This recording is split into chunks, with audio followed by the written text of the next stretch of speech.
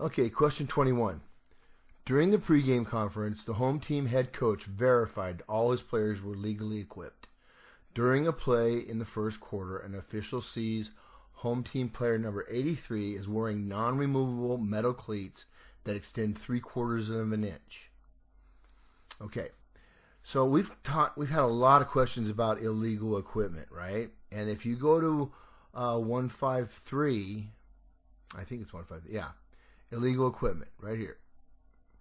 There is a ton of stuff. I mean, everything from jerseys, slippery, sticky substance, blah, blah, blah, towels. I mean, it's crazy how much stuff is on here. We want to get it in the pregame, right?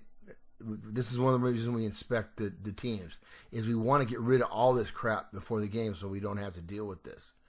But the bottom line is we don't want to hit the coach with an unsportsmanlike conduct foul for towels. All right? We just want to tell the kid to get off the field, get rid of the towel. If there's multiple towels, then just send them all off. But don't tag them with an unsportsmanlike conduct foul unless it's dangerous. And in this case, or it's gross. It's gross ignorance or just ignoring the rules. For instance, a cutaway jersey that's all the way up below the numbers. I mean, that's ridiculous. These guys know that jerseys have to come down to the pant level. Sticky substances, I think that's cheating. I would probably hit him with an unsportsmanlike conduct foul. But adornments, wristbands that are worn high, all that stuff, no. We're not going to do it. So dangerous things like an unprotected cast, which again is something that we should catch in the pregame, or a knee brace that's got metal exposed, that's dangerous. These cleats are dangerous. We want to, in that case, we would hit the coach with an unsportsmanlike conduct foul. And he can't really complain. He verified that all his players were legally equipped. He ought to know the rules. But, we just use common sense. If it's a gross violation of the spirit of the rules, then go ahead and hit him with the unsportsmanlike conduct. But not just, like I say, sweatbands, towels, etc. Just send him off the field. So in this case, these cleats are dangerous. So I'm going to hit him with unsportsmanlike conduct foul, and it's going to cost him 15 yards. Question 22. Kickoff. The kicked ball is rolling on the ground and going to die in bounds. And our player, who inadvertently stepped out of bounds and remained there, reaches in and possesses the ball. What do we have? So, before we talk about what this is, let's talk about what it isn't. This is not illegal participation, okay?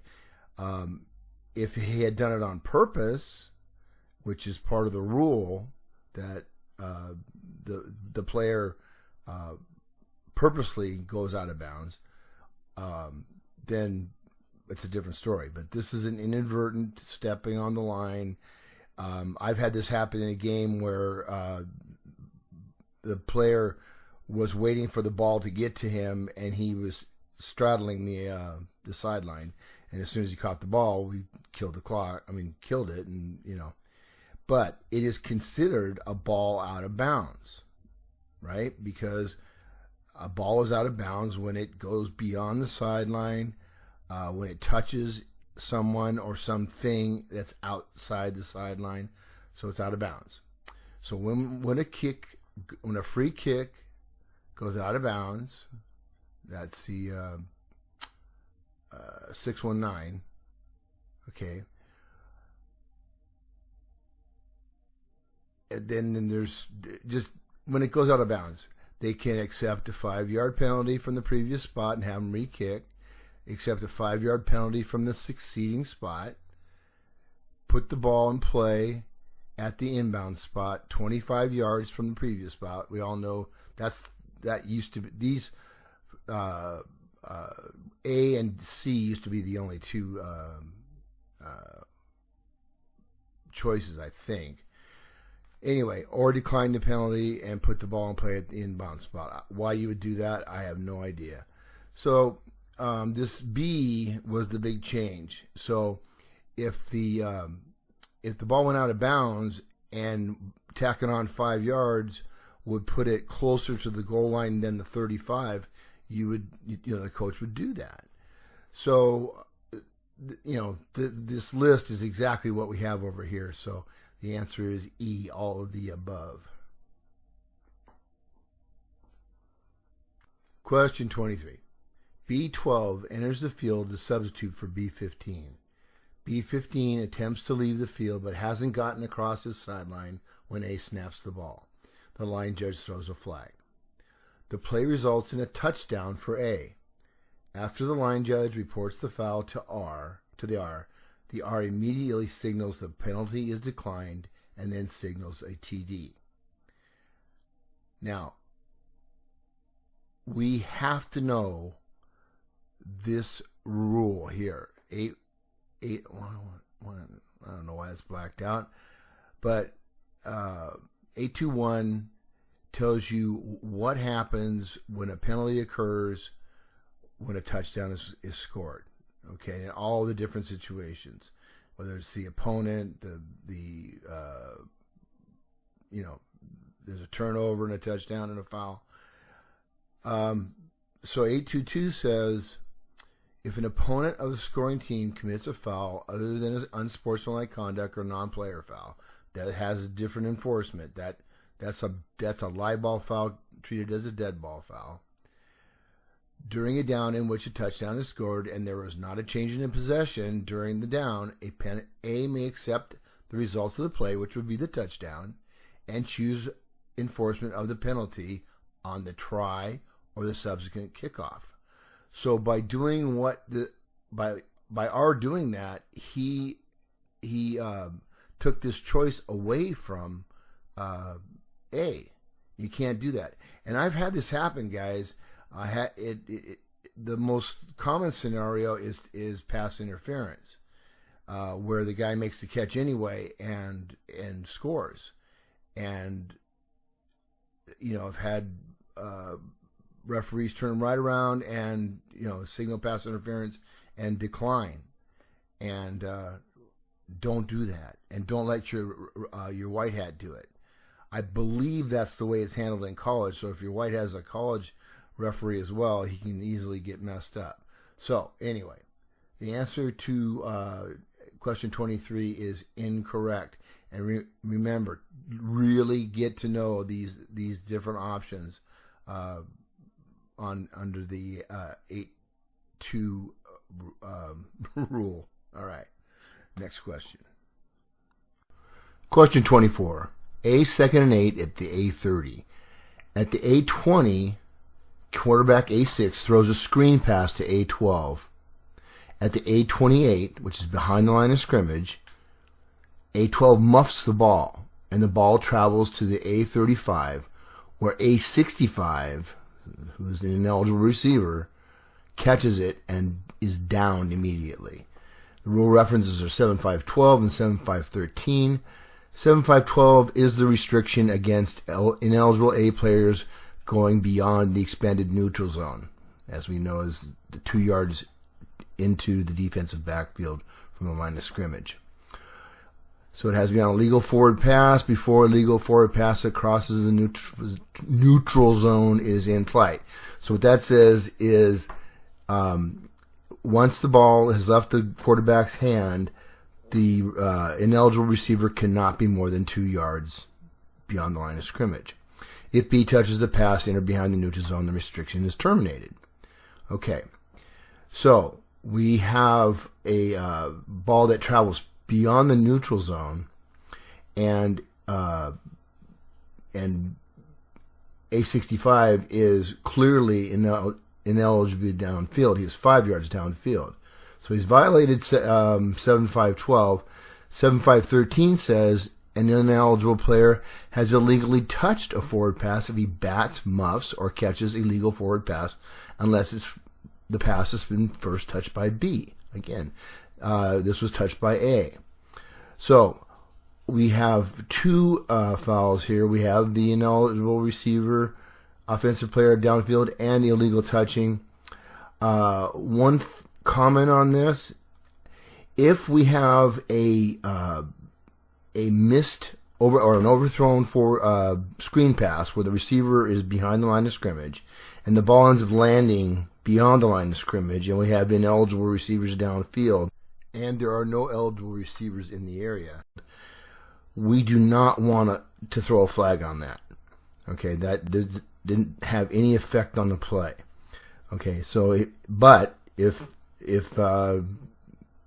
that's not true, if he's downfield and the ball goes beyond the line of scrimmage, thrown to a receiver that's beyond the line of scrimmage, then we're gonna call it. All right, moving on.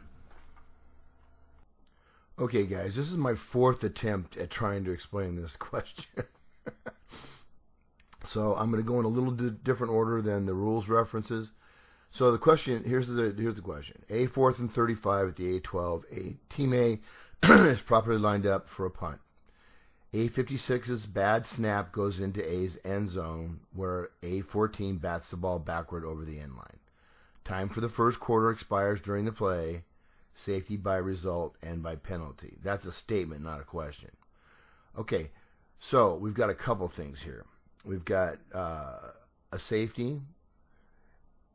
Do we extend the period? What about the batting penalty? So let's take a look at what a safety is.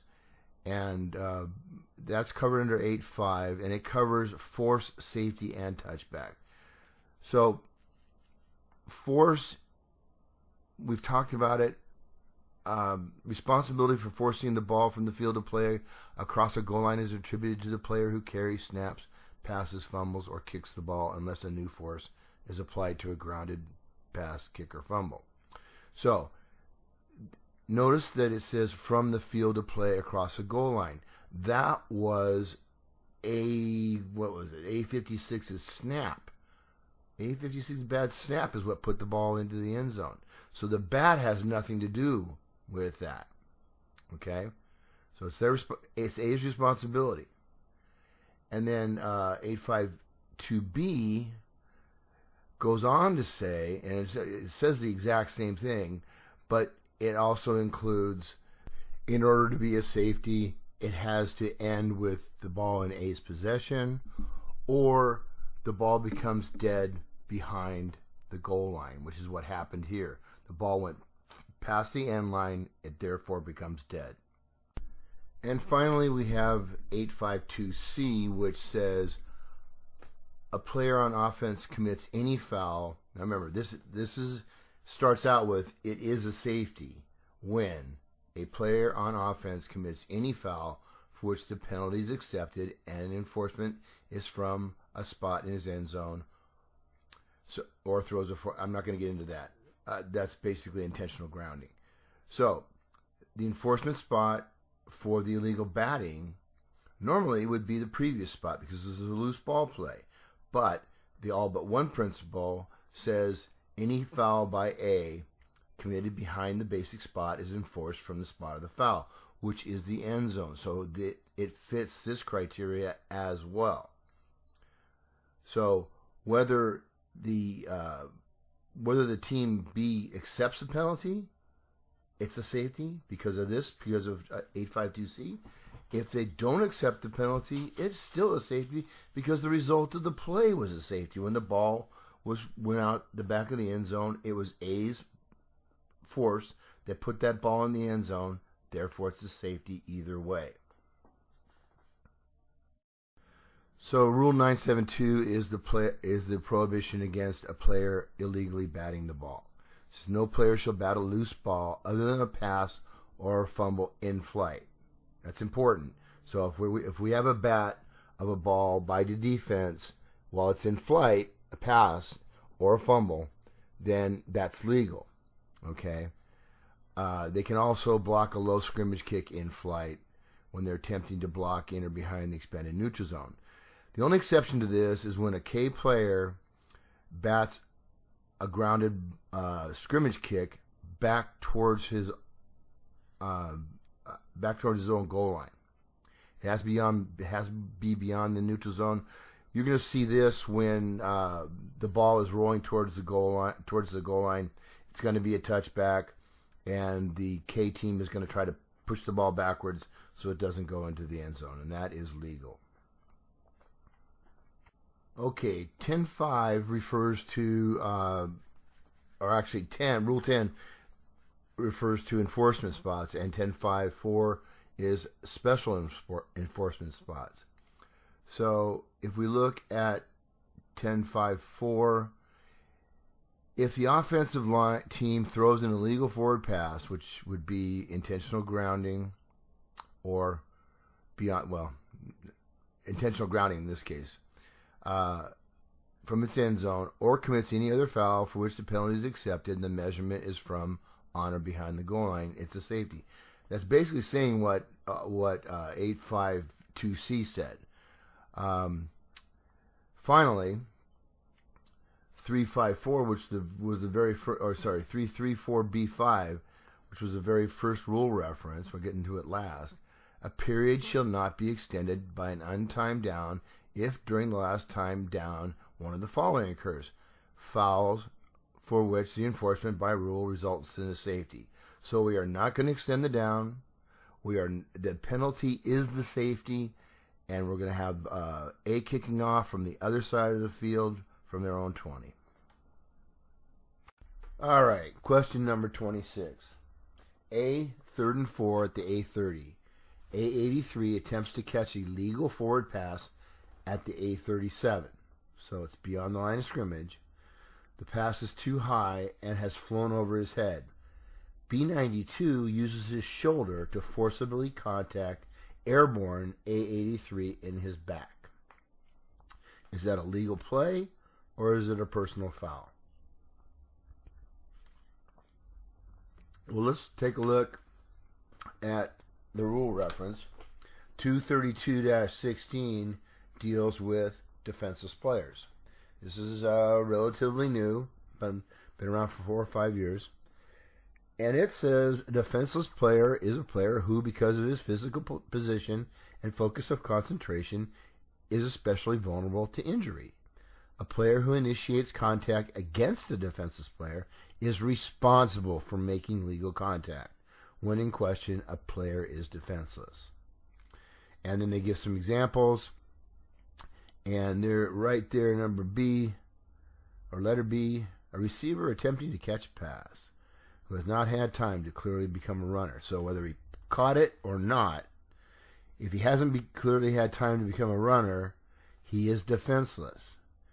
And we have talked about what kind of contact is legal on defenseless player. The defensive player has to be going for the ball, which in this case he's not. He has to wrap, which in this case he did not. He delivered a blow with his shoulder. He has to have his helmet outside the frame of the player. We don't know if he did that or not.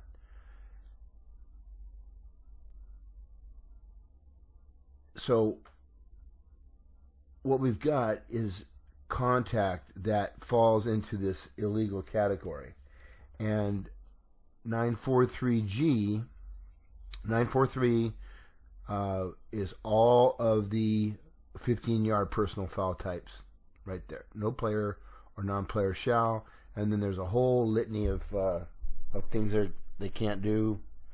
Swing the foot, grab the face mask, pile on, hurdle.